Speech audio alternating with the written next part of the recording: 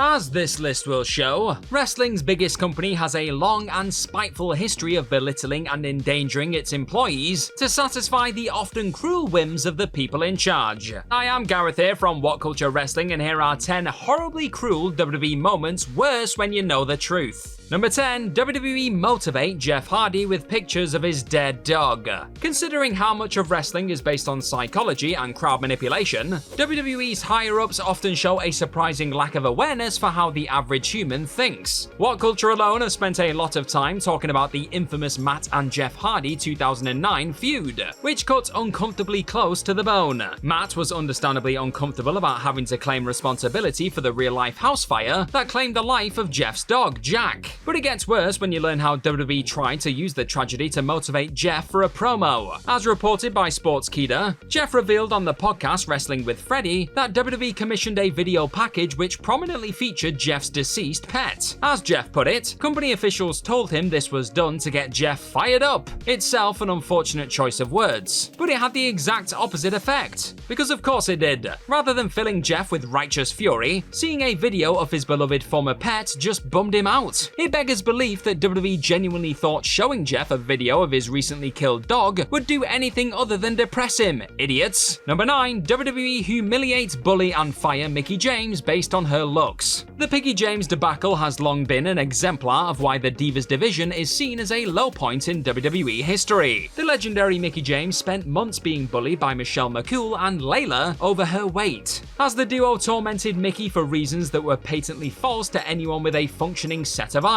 Everyone involved hated the angle, surprise surprise, but it just kept going. Even worse, the heels wound up winning the feud, with Mickie's sole title victory over Michelle McCool being rendered redundant when the latter won the belt back less than a month later. Mickie would later be fired less than 2 months after dropping the belt, eventually revealing that she was told the company was moving the women's division in a new direction. Sadly for women's wrestling, said direction was based solely on how many fashion models John Laurinaitis could get his skeevy little hands on. Number 8. WWE reference Reid Flair's suicide without telling his immediate family. Staying on the subject of atrocious Divas division angles, we come to one of the most jaw-droppingly callous segments in WWE history. In 2015, Paige and Charlotte were embroiled in a feud for the Divas title, as the company finally injected the floundering division with much-needed talent. Unfortunately, the feud ended up being overwhelmed by the inexplicable decision to have Paige reference the tragic suicide of Reid Flair, Charlotte's brother. As eye-poppingly insensitive as the comment was, you'd expect WWE to have received permission from Reid's immediate family to use his suicide as storyline fodder, or at the very least to get in touch with them ahead of time to inform them Reid's death would be referred to on Raw. Sadly, that was just not the case. Reid's mother, Elizabeth, found out about the comment the same time as the rest of the bloody world,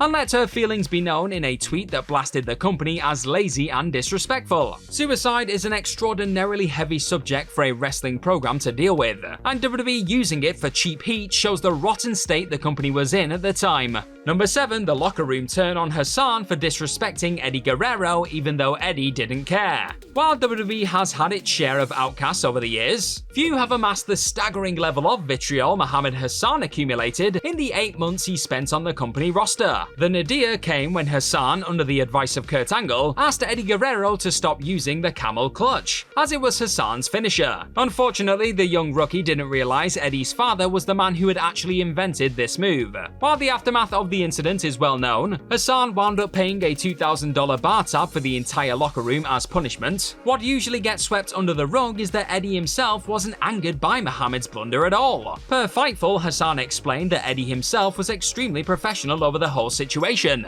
as he realized the younger wrestler had been put in a bad spot through Kurt's bogus advice. He said the conversation ended with a hug, which makes the rest of the locker room's subsequent overreaction even more jarring. Hassan may have been removed from TV following his infamous terrorist angle with The Undertaker, but that was only the final nail in the coffin his peers had built for him. Number 6. Lita was told she'd be fired if she didn't take part in the live sex celebration. When Bret Hart described professional wrestling in his biography as two athletes telling a story with their bodies, I doubt he had Lita and Edge's notorious live sex celebration in mind. Both performers have since gone on record to describe their understandable discomfort with the segment, but unsurprisingly it was the female half of the duo who came under the most fire from WWE management for airing her displeasure at the time. Back in 2021, Lita claimed on her Twitch channel that Vince McMahon was hot to trot for the segment, and that saying no was just not an option. When Lita voiced her trepidation at the idea of going all the way on live television, she was threatened with her release. Vince clearly has all the moral conscience of an abattoir, and if his employees didn't follow his every whim, he had and likely still has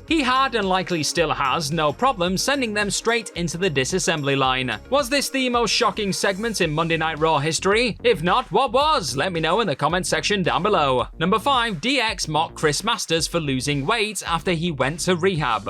When Chris Masters took time off TV in 2006, he returned looking notably leaner than before his absence. This fact didn't go unnoticed by Triple H, who upon hearing Chris was thinking about writing a book on nutrition, smarmily replied, "Really, what's it gonna be called? How to lose 50 pounds of muscle in 4 weeks?" In an interview with Power Slam magazine, Masters took the high road and said Triple H was an equal opportunity ballbuster. Unfortunately, as interviewer Greg Lambert noted, given the events surrounding the younger wrestler's leave of absence, Triple H's joke came across as extremely tone-deaf. Chris Masters had actually been in rehab, struggling to overcome an addiction to prescription pills that had ballooned to the point he was taking 75 painkillers a day. Masters explained that the weight loss came from the 2 miles of running he did every day as part of his therapy, and the relative lack of weight training that came with giving his overstressed muscles a break. Given that WWE had just implemented the wellness policy earlier that year, openly mocking one of its beneficiaries on live television wasn't the smartest move Triple H could have made.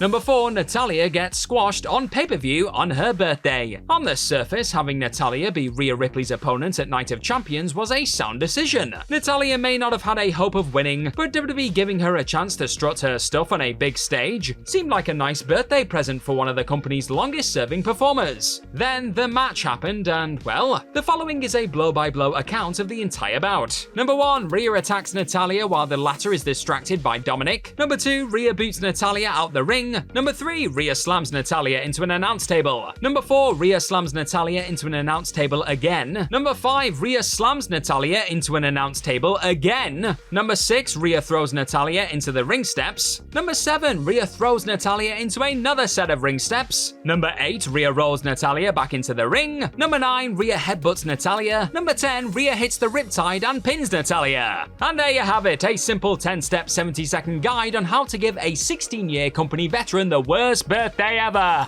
Number 3. The British Bulldog has his already ruined back slammed into dog turds to pop the boss. The British Bulldog's final run in WWE was a sad sight to see. Prior to leaving the company following the Montreal Screwjob, Bulldog had been in the form of his life. He'd spent the previous year having absolute bangers with legendary workers like Owen and Bret Hart, but he returned to WWE in 1999 a shell of his former self. Tragically, while working in WCW, the British Bulldog suffered a horrendous spinal injury that put him in the hospital for 6 months. Even worse, it kick-started an addiction to painkillers and morphine in the lead up to his sudden death in 2002. Knowing the state Bulldog's ravaged back was in, it's even harder to watch the ill-advised segment where Davey Boy was slammed back first into a pile of dog poop. According to longtime WWE staffer Bruce Pritchard, the only reason this angle happened was because in Vince McMahon's mind, there's nothing funnier than dog crap. Watching the British Bulldog taking back bumps during this period, knowing the state his body was in and where it would ultimately lead, is already uncomfortable. Watching him be humiliated at the same time because of his a-hole boss is infuriating. Number 2. Shawn Michaels beats the British Bulldog in his hometown in front of his dying sister. It cannot be overstated what an utter prick Shawn Michaels was in the 90s. From sleeping with his co-worker's girlfriend to acting like a prima donna in and outside of the ring, Michaels' reputation for obnoxious behavior was well earned. Sadly, one evening in Britain saw the superstar's natural selfishness transmogrify into something truly evil. The British Bulldog was all set to defend his European Championship against Shawn at one night only, a pay-per-view held in Bulldog's home country of Britain. Having been told he was going over, Davey Boy dedicated the match to his sister Tracy, hoping to give her something to cheer about while she was battling cancer that would ultimately claim her life. Unfortunately, Shawn had other ideas. Shawn convinced WWE higher-ups to change plans and put the belt on him. The allure of becoming a Grand Slam champion and screwing over his perennial nemesis Bret Hart, Bulldog's brother-in-law, proving too great a temptation for the egomaniacal wrestler to resist. WWE, as they did all too often with Shawn, relented, and the end result was one of the most depressing conclusions in pay-per-view history. Number 1, $5,000 is deemed too expensive to safeguard Owen Hart's life.